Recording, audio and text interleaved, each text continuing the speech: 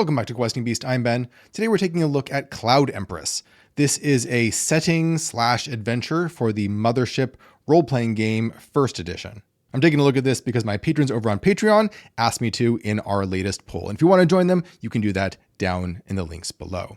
Now, this is based on the Mothership role-playing game, but it has tweaks to the rules. It's kind of its own variant of the rules, plus an entire setting, which is a little bit unusual for Mothership. Previously, when I've looked at Mothership adventures, they tend to be very self-contained. They're like little modules that you can put into any sci-fi exploration type of campaign. Whereas this assumes that you're all going to be doing your adventuring within this one setting on this particular planet.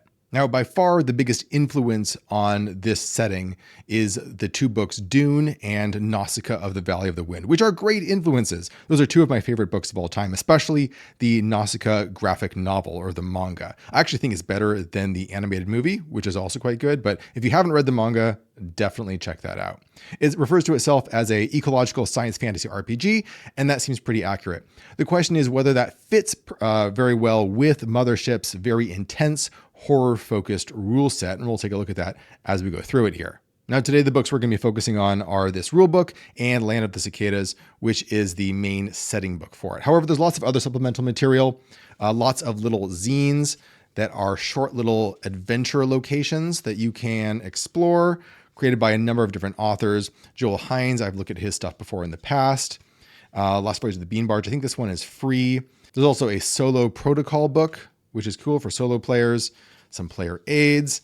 There's also this big poster right here, which is pretty neat, and it includes a map of the setting on the back, which will be very useful as a handout for the players. However, we're not going to go through all of this stuff. We're just going to focus on those main books so you get a good sense of what this setting offers. I should also point out that I am having a giveaway going on right now where I'm giving away a free copy of the deluxe version of the Break RPG, which I reviewed recently. And if you want to win a copy of this, make sure you are subscribed to the Questing Beast newsletter, link down in the description below. At the end of this month, I will email the winner and get it sent out. So best of luck to everybody. All right, let's start with the rule book so we can see how this is similar and how it differs from the standard Mothership rules. Inside the front page, we have some nice reference tables for wounds, panic, miscasts, and curses, because there is kind of a magic system that goes along with this. Some of the wounds include things like a wound that slows you down, you move at half your normal movement speed until you receive medical treatment. Panic effects might be things like you freeze, you attempt to flee, or you become hardened, cold, and ruthless. You may no longer play this character, although perhaps you will meet them again. So you can be NPC-ified. How the damage system works is that you have you keep track of your damage in normal hit points, and after you receive 10 damage, then that turns into a wound that you roll randomly. And after 3 wounds, you die. In the credit section here, we have a kind of statement as to what the author intends this book to be used for, or what the general vibe of it is supposed to be. Although, of course, as a player and as a game master, you can play it any way that you want. The idea here is to not treat the environment as an object to plunder. Although I did notice while I was reading this, there are things in the environment that you kind of have to plunder. Like you need to get this resource called chalk, often by killing insects. So there's that in there. You're not supposed to enact power fantasies, especially violent ones, although there's lots of combat and there's lots of guns. So avoiding that could be quite tricky. And you're not supposed to degrade, humiliate, oppress, or create caricatures of other beings. That's the intent of the game, but whether that's actually enforced by the rules is a bit hard to say. In some ways it is, because getting into fights tends to raise your stress. But if you're, as a player, want to ignore that and you just want to go off and try and fight everything, you certainly can. So the world in Cloud Empress is very similar to the world in Nausicaa of the Valley of the Wind, if you've seen or read that, where it's a kind of a distant future where the world has been highly corrupted by toxins, and a race of creatures in the distant past that destroyed the world have left, and now there are survivors scattered around the landscape trying to struggle on in this damaged world. And one big feature of it is the cicadas, these gigantic insects that every once in a while rise from the ground in huge swarms and wipe out civilization. You can see over here that there is this image of the torturers, the ancient race that destroyed the earth, and it's very reminiscent of an image early on in the manga Nausicaa of the Valley of the Wind, where you can see right here inside the front pages, right, very similar image. These are of the god warriors that caused nuclear destruction on the earth in this particular story. So definitely a reference there. I have to say that the graphic design and the artwork all throughout these books is really excellent. It really evokes the world that it's trying to. There's a sense of almost coziness and handcraftedness mixed together with some body horror and these giant insects that are always trying to kill you. There are things like body hoppers, these beings that can jump from mind to mind, possessing bodies. The slip, which is like these breaches into parallel dimensions where other things can come through. And there's magic as well. Here is what your character sheet looks like. You have 4 main stats for when you try to do things: mind, heart, strength, and speed. And you have 3 saves from reality, fear, and body. You're going to roll your age over here, which is going to adjust your stats in different ways. Although for some classes, like being a wizard or a magician, you cannot be old because you tend to die before that point. The 3 main classes or jobs are sellsword for if you want to be a fighter. Lordling is more of a social type class because you're a noble of some sort. Magician if you want to be a wizard, and courier if you want to be more of a jack of all trades, kind of a rough and ready type of character. There's a neat system for building your character here where, for example, if you're a sellsword, you can roll a d10 to see what you were doing last. So right before your campaign started. Perhaps you were searching for a disappeared farmerling in the thickwood, and that tells you what gear you start with, and it's related to your last job. So not only does it give you equipment, it builds into your backstory, which is pretty neat. The same thing goes for the lordlings and for magicians and for couriers. Now, the text describing all of the different types of characters is quite well written. It's often very evocative. It is kind of wordy at times. There's a little bit of purple prose going on here, which isn't necessarily a bad thing, but in some cases it does make it a little bit harder to comprehend what's going on, especially when we get into the more content for the adventures and so forth, where I wish there was a little bit more directness to the way it was written, using bullet points and so forth to really break down the key information. The poetic language is often entertaining to read, but it takes longer to absorb what's actually happening. For example, the description here is, people say the world has unraveled, but that isn't quite the truth. The world is still unraveling. You desperately hold the last few threads between your fingers, toes, and teeth. To and fro, hither and thither, you chart paths by foot, pack squab, thopter, and barge with the world on your back. These last threads look like potatoes, cider, and love letters, the things that make life worth living. Respect the road, and the road might respect you. That's the hope, at least. Travel well, and you will want for nothing, but a single misstep, and your life will slip through your fingers. There's a D100 table for generating who you might be traveling with. You might get a little bit of extra equipment, or it could be an extra person that is your companion. And there's skills here as well, which give you essentially advantage at certain tasks, like etiquette or spellcasting, street savvy, or wrestling. The imago are the giant cicadas that explode out of the earth every century or so, but there's often some scattered around even not during those times. And chalk is the main magical resource. It's very similar to the spice in Dune, and you mostly get it from the carcasses of the imago. It's like this white powdery substance that not only powers magic, but also powers many of the machines throughout this world. It's probably going to be the main resource that you want to acquire. The main factions are the cloudlings, who are kind of like this noble race, and the farmerlings, who are more the people who work the soil. It's not really clear whether the cloudlings actually live in the sky or not. It kind of seems to imply that at times, but it's not really locked down. I was a little bit confused about that while reading it. Again, part of the problem with the kind of evocative, poetic language. Now, the next section is on the rules, but first, a quick shout out to today's sponsor. This video is sponsored by our fantastic sponsor, Into the AM. They make a great line of t-shirts that have fantasy and often sci-fi themes, and they often fit really well with different role-playing game settings. Like this one, for example, I think would work really well if you happen to be running Mothership or Cloud Empress. They also have a wide variety of other types of apparel, like this green hoodie, which is now my everyday wearing hoodie, which I absolutely love, and they have plenty more as well. If you head down to the link in the description below, you can get 10% off of their entire web store on top of any other sales that they happen to be running. Thanks again to Into the AM for being such a great sponsor. And now let's get back to the video. The rules overall work very similarly to what we see in Mothership. You have your stats and saves. It's a roll under D100 system, so you're just trying to roll under your stats to succeed. And if you roll a doubles, then it is a critical, whether a success or a failure. Advantage and disadvantage work by rolling twice and taking the better or the worst one. And there is a range system which works in range bands. One thing you need to keep in mind, we'll get to this when we get to the combat section, is that attacks automatically hit. So it's kind of like into the odd that way. You only make these rolls when it is a very dangerous or unlikely hit in combat. So for example, if something's very far away, maybe that's a situation where you would have to roll. As you go through your adventure, stress is going to build up. So you take one stress when you fail things, when you draw your weapon, when someone draws their weapon on you, so an incentive to stay out of combat. You inflict a hideous wound, you kill something you don't need to eat, you take a wound, you cast a spell, you come face to face with strange or terrifying entities. So it's interesting in that it's almost a kind of pacifism simulator where that's the general vibe that it's going for, again, which fits with Noska of the Valley of the Wind, not so much with Dune. And there's a panic system over here where once your stress gets high enough, then the odds of you panicking get higher and things can go really awry. The main question I have here is that in Mothership tends to work with these confined adventures where your characters are thrust into this very dangerous, scary situation, and they usually have to either survive or save some people or discover what's going on in this mystery. There's often very confined, very straightforward objectives under this tight, intense pressure cooker.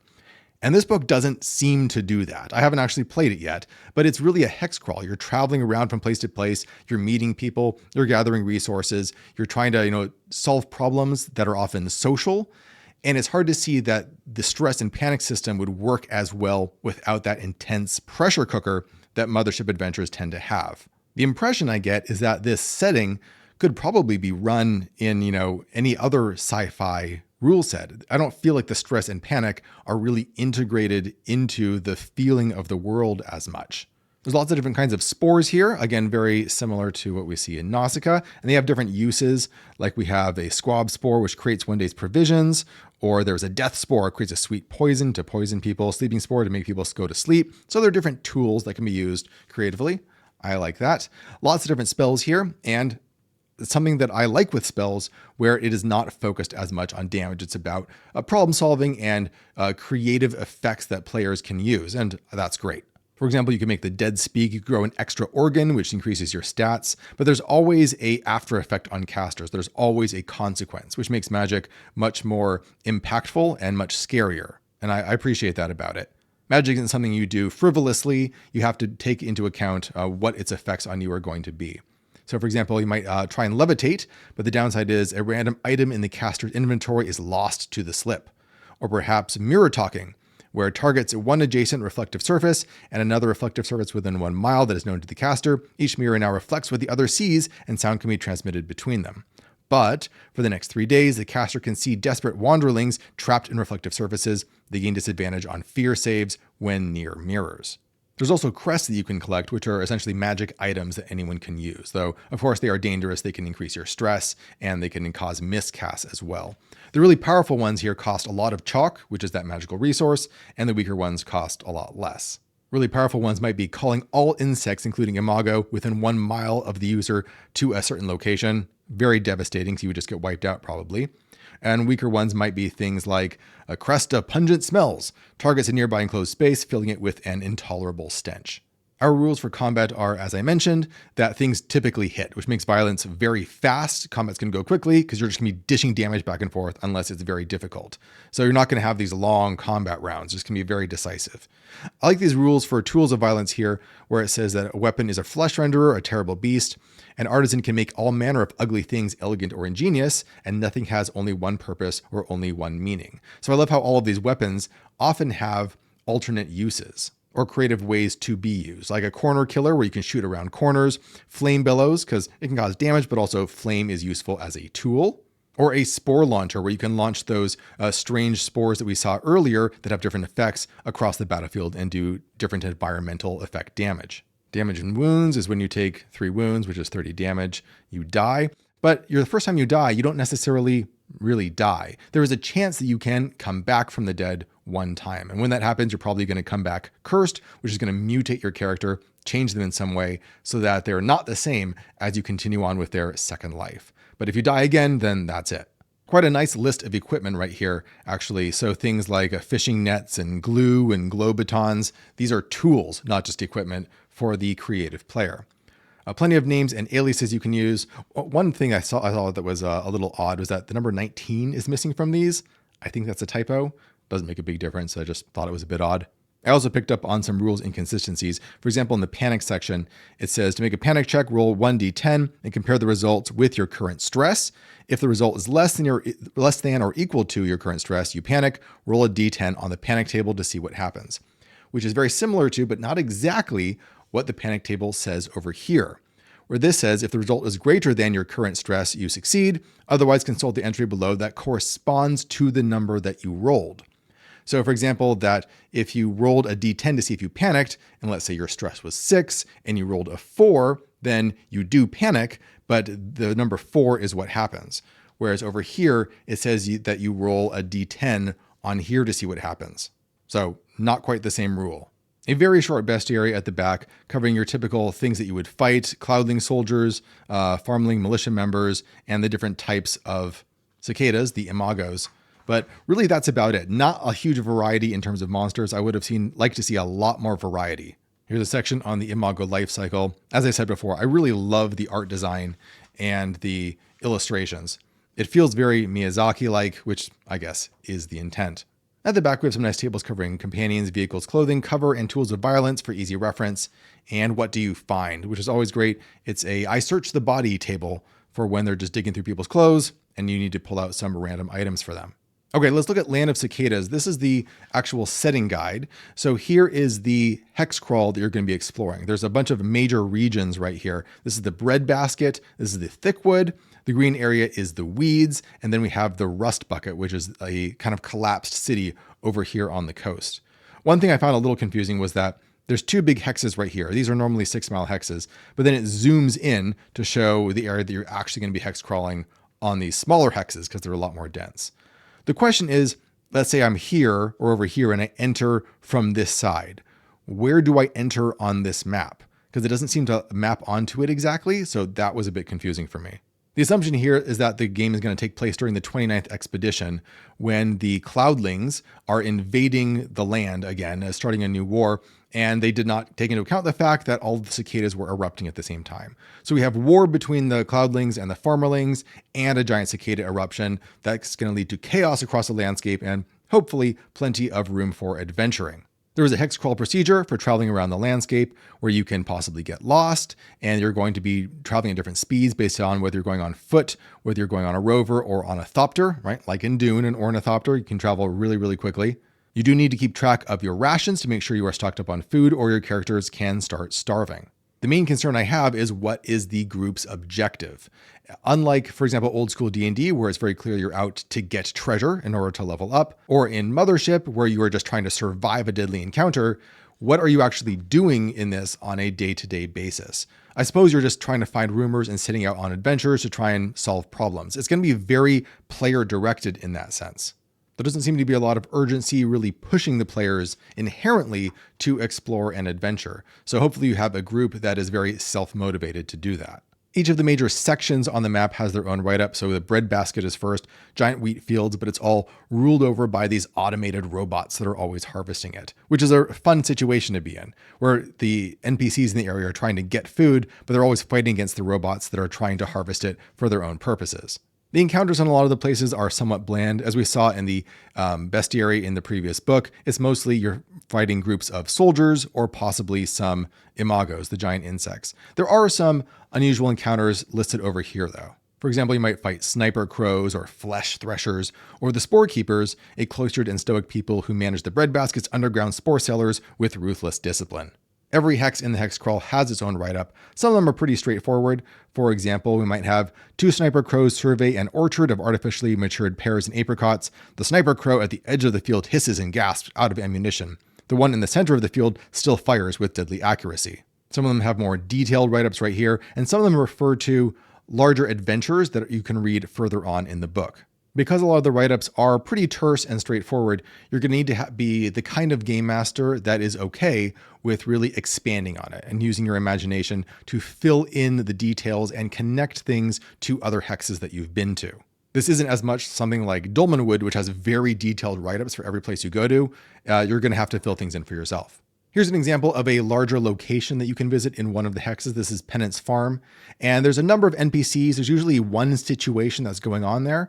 In this case, there is a group of people have moved into this village and are cleansing it because it's been taken over by spores. But there's this one weird guy, Spikehead, who's now part spore, that is in a building in the village. And if someone kills him, and these people who have taken over the village probably will kill him, it'll cause an eruption of spores that will probably poison and kill everyone. Are you going to discover that in time, or is things all going to go to hell? You'll have to play and find out. However, many of the locations just don't have all that much to do there, in my opinion. I do like adventures where there is a lot to dig into, where you can really go through the drawers, where you can find tools, where you can change the outcome of the adventure in all sorts of unexpected ways. But many of the locations in this little map are things like, it's a structure filled with the ash of burnt spores and one urine recycler. Or there's a tower house. A tiny prefab tower is a mess of destroyed ceramic plates and ripped scraps of clothing. Finger sits on the roof watching the village through their rifle scope. So the amount of interaction and the amount of ways that you can really mess around and explore is fairly limited in a lot of these adventures or these locations, just because they're pretty short and terse. I would have liked to see more held kinetic energy, more secrets, more things to uncover so that players really want to dig into every location. There's a small town here, Tack Town, some interesting NPCs, again, great illustrations, and some rumors that are connected to different locations, so that's good. Gives players a reason to get out there and explore. The Weeds is another one of the major regions. Descriptions for all of these hexes. Fort Sneck, the World Door, is one of the short locations. The Eastern Feeding Grounds, it's like a battlefield where lots of stuff is happening. That's pretty cool. Very dangerous location. We have the Thickwood. Reminds me a little bit of the Sea of Corruption from Nausicaa. Cloud and Skull. So this is the Cloud Empress of the title. She's a person that was captured by the Cloudlings and used to create wishes. She has intense magical powers, but she has escaped and she is roaming the countryside with her bodyguard, Skull. In some ways, she kind of feels like the protagonist of this adventure, like she is Nausicaa herself. But you might not run into her at all. It really depends on where you go. A big sleeping giant location reminds me of the God Warriors from Nausicaa. You can crawl through its body, and there is a person who is trying to take over this giant and raise it to life and cause absolute havoc if you don't stop them. Or you can ignore them and just trail around in the wake of its destruction and see what you can dig up. The Rust Bucket is the big destroyed city. If you want to crawl through a ruined metropolis, some weird, gigantic kind of more just like AI beings that you can interact with, like Oregano, the factory god. You can grab some of his organs, like the hunger hard drives, which looks like 8 limp sacks. When implanted, the owner gains all of the knowledge held by the organic material they ingest. So if you want to become a cannibal or eating people, you can gain their knowledge. But of course, there's always a downside. You require 1 entire provision to yourself every day. You take 5 damage from hunger. Summaries of relics and slip stuff, some spells you can find, and other just useful tables for reference. And there's even more rumors on the back.